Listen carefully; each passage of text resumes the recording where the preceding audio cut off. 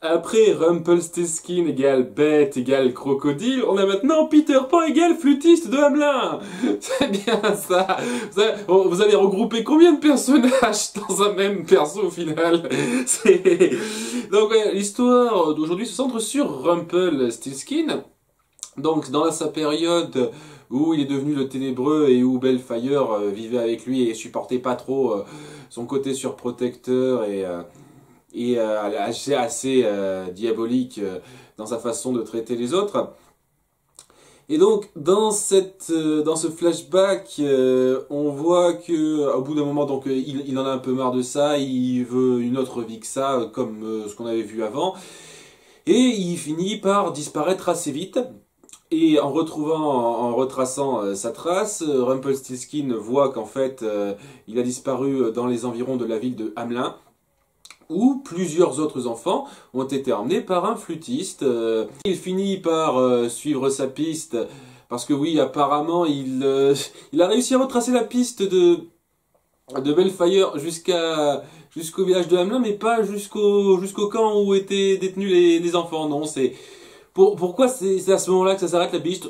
Mini détail. Donc voilà, il retrace la piste de Bellefire, du flûtiste de Hamelin, en suivant les enfants qui sont pris par la musique de sa flûte, et il découvre que c'est Peter Pan. Peter Pan avec qui, aux surprises, il a un passé très commun. Ils sont connus enfants et apparemment quoi, il il aurait un lien avec le fait que Peter Pan soit tombé dans le pays imaginaire. Il y a un grief de très longue date entre eux.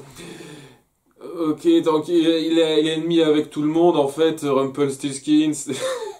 J'en sais rien pour une fois que j'aurais bien aimé voir une menace qui soit un peu inédite pour Rumpelstiltskin et d'autres, quoi, pour laquelle, je sais pas, ils sont pas préparés en fait. Rumpelstiltskin et Regina, ils semblent connaître absolument tout le monde de partout. J'espère que dans de futures saisons, on va avoir vraiment des ennemis pour lesquels pour lesquels ce sera une surprise pour eux. Ce sera pas des gens qu'ils connaissent, avec qui ils ont un passé commun. Donc, non, enfin voilà quoi, ils se connaissent. Peter Pan est très acer en lui disant ouais, t'as l'habitude de l'abandon en BE1, tout le monde t'a abandonné. C'est super, le gars est super vache. C'est assez marrant sur le principe. Il déstabilise complètement Rumpelstiltskin complètement. Donc ça met vraiment un niveau assez élevé et donc il décide de lui proposer un marché, c'est-à-dire retrouve son fils et demande-lui s'il veut partir avec toi. S'il dit oui, il part avec toi, sinon il reste avec moi. Mais Rumpelstiltskin n'accepte pas ça et décide directement d'emporter son fils sans aller plus loin.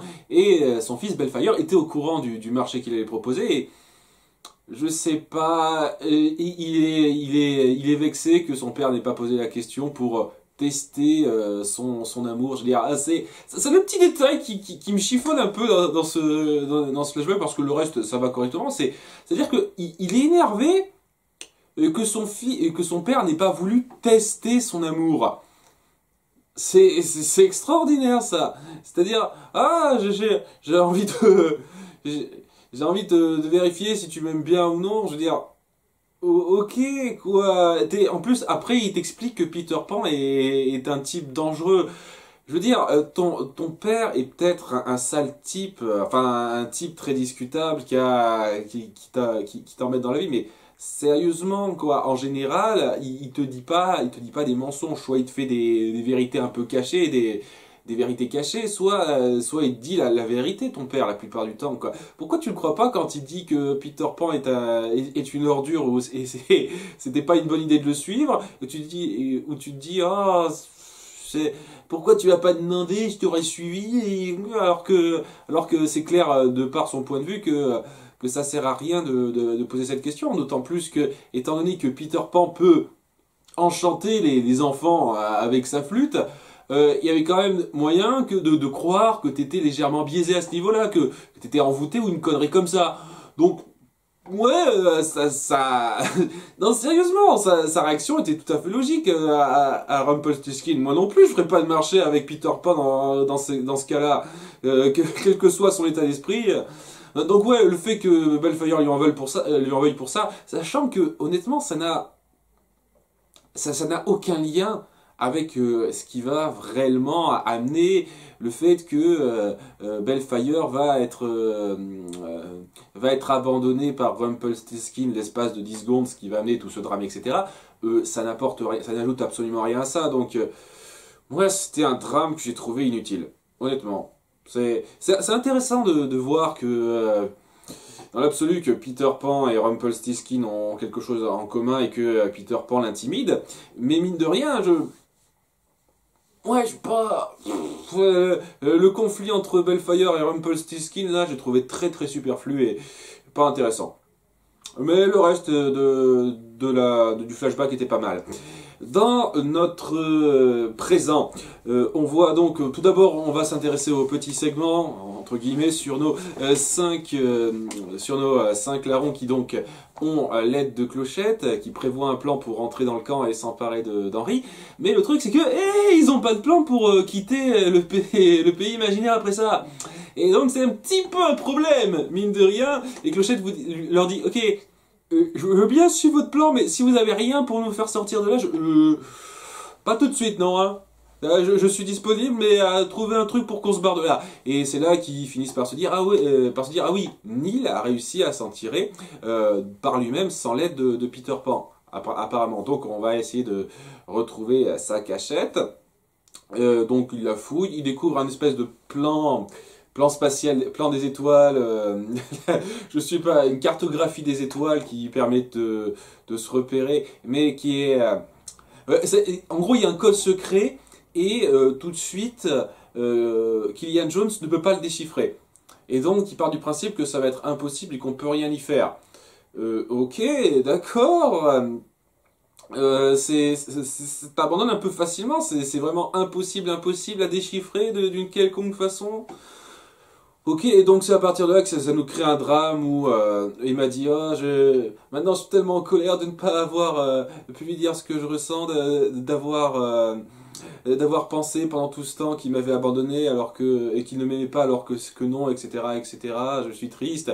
Et on a aussi un parallèle qui est pas mal fait avec Blanche-Neige qui dit ouais, si ce genre de choses m'arrivait à moi, je ne m'en remettrai pas. Ou le prince charmant qui sait qu'il est qu'il est légèrement condamné lui dit ok, mais si jamais ça m'arrivait, j'ai dit ça comme ça, hein, si jamais ça m'arrivait, j'aimerais quand même que tu continues d'y croire, que tu recherches le bonheur, etc., etc. Et voilà, c'était plutôt intéressant comme parallèle. Après, oui, je ne vous cache pas, comme je suis pas particulièrement fan du couple Emma-Neil,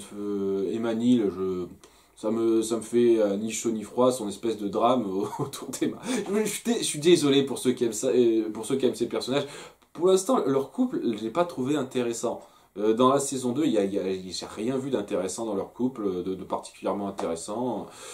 Donc moi, le drame autour de ça me fait pas particulièrement tiquer. D'autant plus que ça, c'est pas trop aidé par le fait que je sais que Neil est vivant, moi. Alors d'accord, eux, ils croient que Neil est mort parce que parce que oui, c'est la conclusion la plus logique, mais il y avait quand même je trouve ça quand même dingue que personne n'ait gardé une espèce de parcelle d'espoir quant au fait qu'il aurait pu atterrir dans un coin où il aurait pu être soigné, quoi. Comment se fait-il que personne n'envisage ça? Je trouve ça sidérant, légèrement sidérant quand même. Enfin bon, tout ça pour dire que ouais, le côté dramatique était pas trop...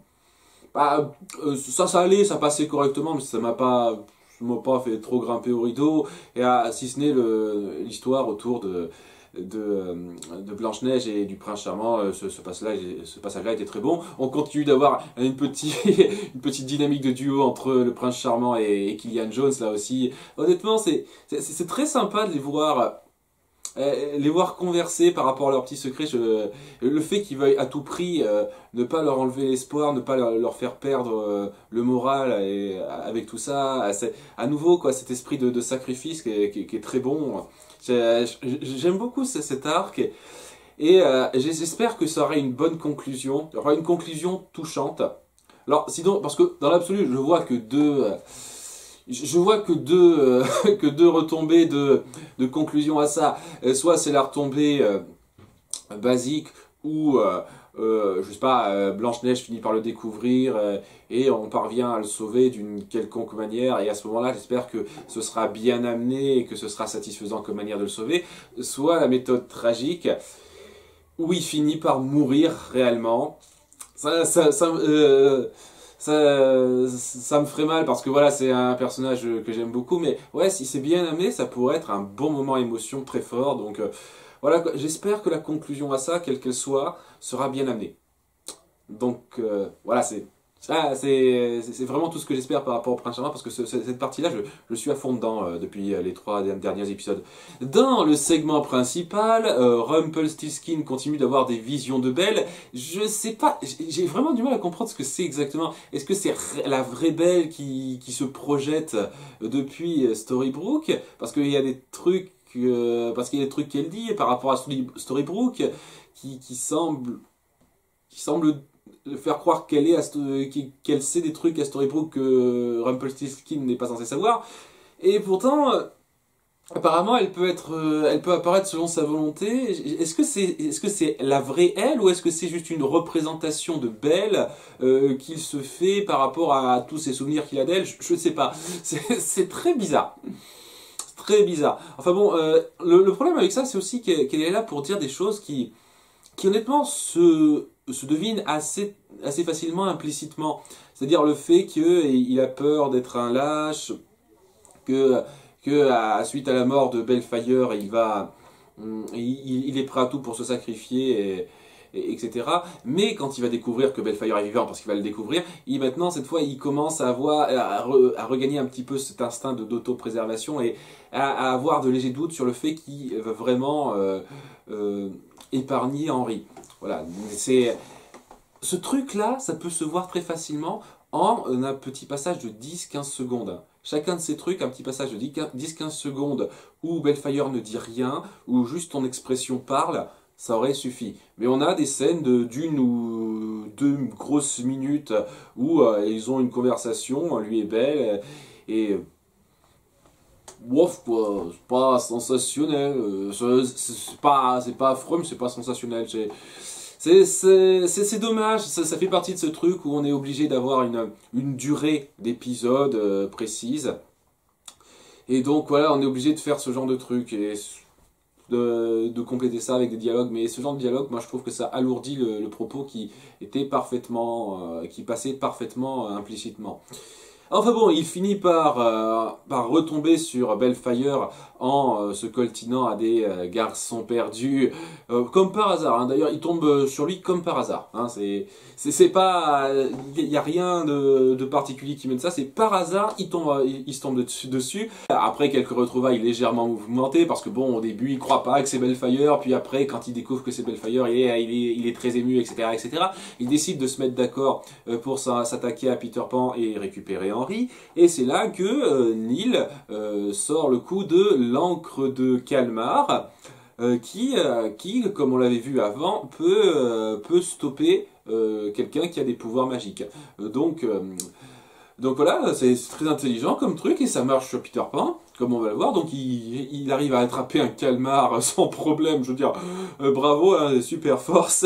Ils lui prennent son encre, ils arrivent à piéger Peter Pan dans une scène que j'ai trouvé très maligne, c'est-à-dire qu'il lui tire une flèche, et bien entendu, Peter Pan est trop rapide pour se faire avoir, et donc il la rattrape. Seulement voilà, il n'a pas enduit l'encre sur la pointe de la flèche, mais sur le bâton de la flèche. Et donc il s'est fait avoir, Peter Pan. C'est très intelligent ça. Et voilà, donc il se barre avec Henry alors que Rumpelstiltskin a endormi tout le monde, sauf Peter Pan qui est immunisé à ça, logiquement. Et c'est là que Peter Pan, avant qu'il les laisse partir, leur fait part à Bellfire de la prophétie autour de Rumpelstiltskin. Bon, hein, implicitement aussi. Hein. C'est histoire de lui mettre le doute. Et c'est là que donc Rumpelstiltskin se voit forcé de dire, d'avouer hein, la prophétie à Bellfire, et qu'on a tout un passage de dispute, enfin dispute c'est plutôt Bellfire qui fait toute la dispute là entre eux, qui D'un côté, j'ai bien apprécié, de l'autre, ça m'a légèrement agacé. C'est-à-dire que je comprends tout à fait le ressenti de Bellfire par rapport au fait qu'il n'arrive pas à faire confiance à Rumpelstiltskin, qui te dit que même si je crois que tu t'es repenti, sachant que avec tout ce qu'il a dit, même la première chose qu'il a dite quand vous êtes rencontrés, tu peux quand même croire que sur le coup, il pense sincèrement ce qu'il dit, qu'il est prêt à se sacrifier pour Henry. Mais même sans parler de ça, même en partant du fait que tu le crois pas, ou même que tu dis, ok, peut-être que tout de suite, tu penses à Henry, mais plus tard, quand tu récupéreras ton bonheur, tu repenseras à te débarrasser de lui. Et donc, je vais pas te laisser là. Donc, il lui joue un tour en lui faisant en lui mettant de l'encre sur la main comme il l'avait fait avec Peter Pan. Donc, voilà quoi, il le bloque lui aussi. Et il se barre avec Peter Pan en disant non, tu ne nous suis pas, je vais te laisser crever là. En gros, j'imagine, hein, de laisser te démerder là, et puis je pars tout seul avec mon fils. Et c'est con, je suis désolé, c'est con. C'est ça le truc. Il y a un passage, c'est un passage très tragique sur pas mal de points. Je comprends les arguments de Bellfire, ses doutes, l'espèce de... Le fait que Rumpelstiltskin plaide pour être pardonné, c'est très touchant, j'ai vraiment bien aimé ça, mais c'est pas réfléchi du tout ce qu'il vient de faire, Bellfire, là. Je veux dire, t'es dans un coin hostile, t'es pas sûr d'où tu vas, tu dois porter ton enfant, donc t'as un poids sur toi, quoi. Tu y vas tout seul, sans pouvoir magique, alors que Peter Pan va pas tarder à se réveiller avec ses garçons perdus, et tu te dis, oh tiens, tout de suite... C'est un beau moment pour me débarrasser du type qui a les pouvoirs magiques qui pouvait me protéger, moi et mon fils. C'est un peu con, Bellfire, excuse-moi, hein. Donc ouais, il se fait capturer par Peter Pan comme un glandu, et qui récupère Henry, qui a dormi pendant tout ce temps, donc il a fait gaffe à rien du tout de ce qui se passe, et donc je sais pas où il va être enfermé, Bellfire, je comprends pas pourquoi il le tue pas, mais... Ouais, non, sérieusement, pourquoi il le tue pas? Ça t'a expliqué cette merde? Il voit ça un peu comme un jeu, Peter Pan, donc peut-être que ça va jouer là-dessus, mais je vois pas pourquoi, en ayant vu que t'as gagné le truc, et que, mine de rien, tu considères Henry comme une espèce de sauveur de la magie, parce que en gros, ça, j'ai pas très bien détaillé ça dans ma vidéo précédente, mais il voit Henry comme un sauveur de la magie qui va ramener la magie partout et partout, etc., et pour lui c'est important, et donc Et donc pour lui c'est important qu'il accomplisse son destin en se joignant au garçon perdu et en travaillant avec lui pour faire je ne sais pas quoi exactement, j'espère que ce sera un truc intéressant, mais voilà, c'est bien ça. Donc tu sais que Bellfire est genre l'obstacle numéro 2 ou 3 qui pourrait empêcher ça, quoi. Pourquoi tu ne te contentes pas de le tuer? Voilà, donc j'espère qu'il y aura une bonne explication à ça. Enfin bref, donc ça se termine sur Henry qui se réveille, et qui, comme si de rien n'était, et qui commence de façon très très très rapide à gober à avaler les couleuvres de Peter Pan en fait. C'est ça que j'ai bizarre, je trouvais que c'était une évolution trop rapide. Alors au début de l'épisode, lorsque Peter Pan joue de la flûte de la flûte de Hamelin là, pour voir s'il entend ça, il n'entend rien. Parce que c'est une flûte, ouais j'en ai pas parlé, mais c'est une flûte qui ne se fait entendre que par les enfants qui se sentent délaissés, abandonnés, trahis par leurs parents.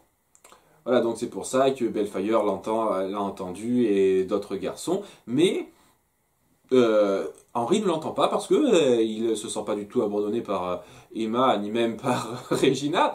Donc ouais, cool, il l'entend pas. Et puis bon, après cette séquence-là de rêve où la seule chose qu'il a eue, c'est qu'il a entendu rapidement Bellfire, il a cru que c'était un rêve, donc ça lui a rappelé qu'il était mort et apparemment, c'est tout ce qu'il a suffi pour que maintenant il se sente délaissé, abandonné ou un truc comme ça, et qu'il puisse entendre la flûte de Hamelin et qu'il rejoigne le groupe. Alors que Bellfire, pendant plus d'une centaine d'années, il a réussi à résister à tout ça et à se barrer. Henry, lui, il est arrivé en, en quelques jours, c'est bon, c'est fini.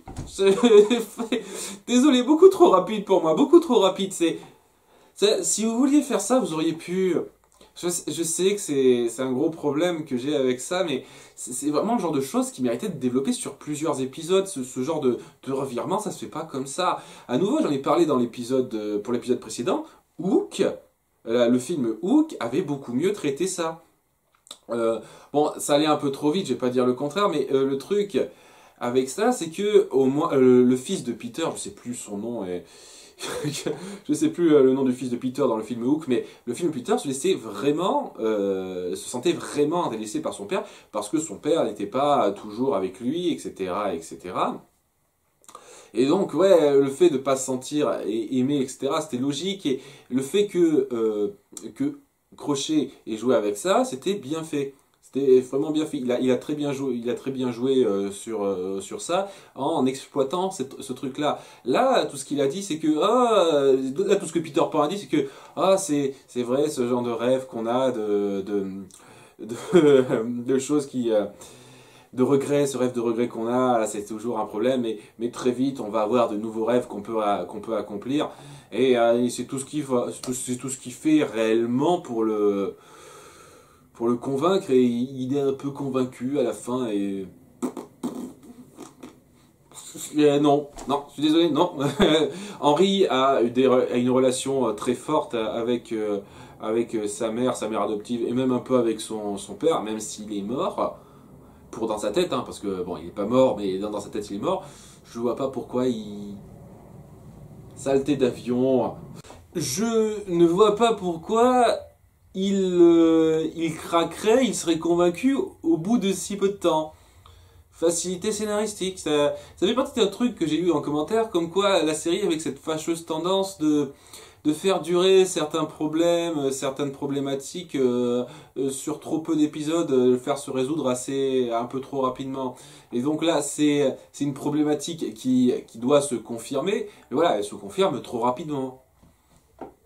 C'est dommage, je trouve, c'est vraiment dommage. Cela étant, ouais, c'est quand même une légère amélioration par rapport à l'épisode précédent. Il y a des choses qui sont intéressantes qui sont amenées ici. J'aime toujours autant le personnage de Peter Pan.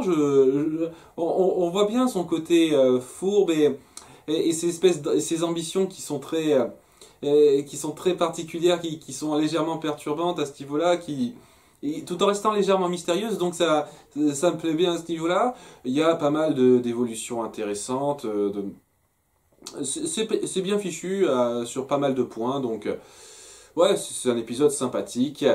Il y a un peu trop de problèmes pour que je trouve ça super. Quoi qu'il en soit, merci d'avoir suivi, à bientôt pour l'épisode 5, ciao!